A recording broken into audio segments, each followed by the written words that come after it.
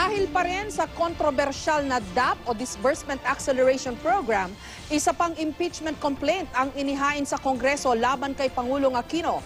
Batay sa reklamo, nilabag di umano ng Pangulo ang konstitusyon sa pag-aproba ng DAP.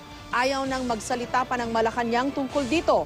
Pero ang mga kaalyado ng Pangulo sa Kongreso, sinabing suntok sa buwan kung uusad ang reklamo. May report si Sherry Ann Torres.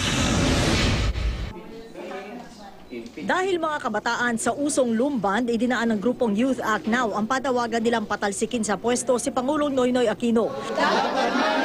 Inihain ng 25 kabataan ang ikalawang impeachment complaint laban sa Pangulo sa House Secretary General.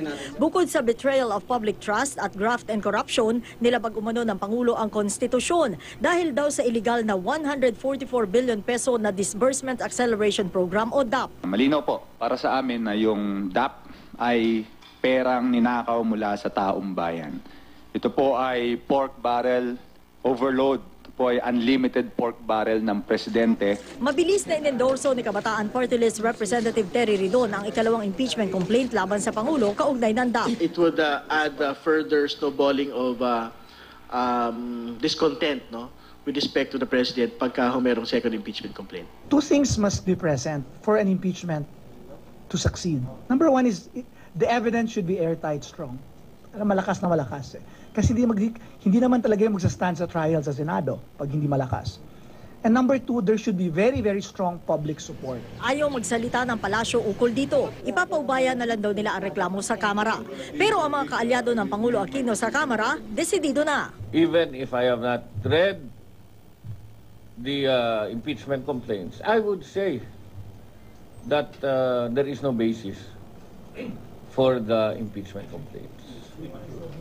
Offhand. Impeaching an honest president, that is wishful thinking. Kung sakali na umakyat ito sa plenaryo, kakailanganin nito ng 1/3 votes mula doon sa halos 300 miyembro ng Kamara ngayon.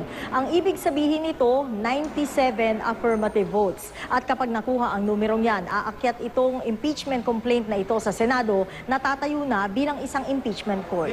Nauna na nagsabi ang 8 miyembro ng United Nationalist Alliance sa una na mag-i-inhibit sila sa impeachment bilang pakikiisa na rin sa suporta ni Vice President Jejomar Binay sa Pangulo. Ganito rin ang sentimiento ni Senador Jinggoy Estrada na siya mismo nagbunyag ng tungkol sa DAP. Let's not divide the country anymore.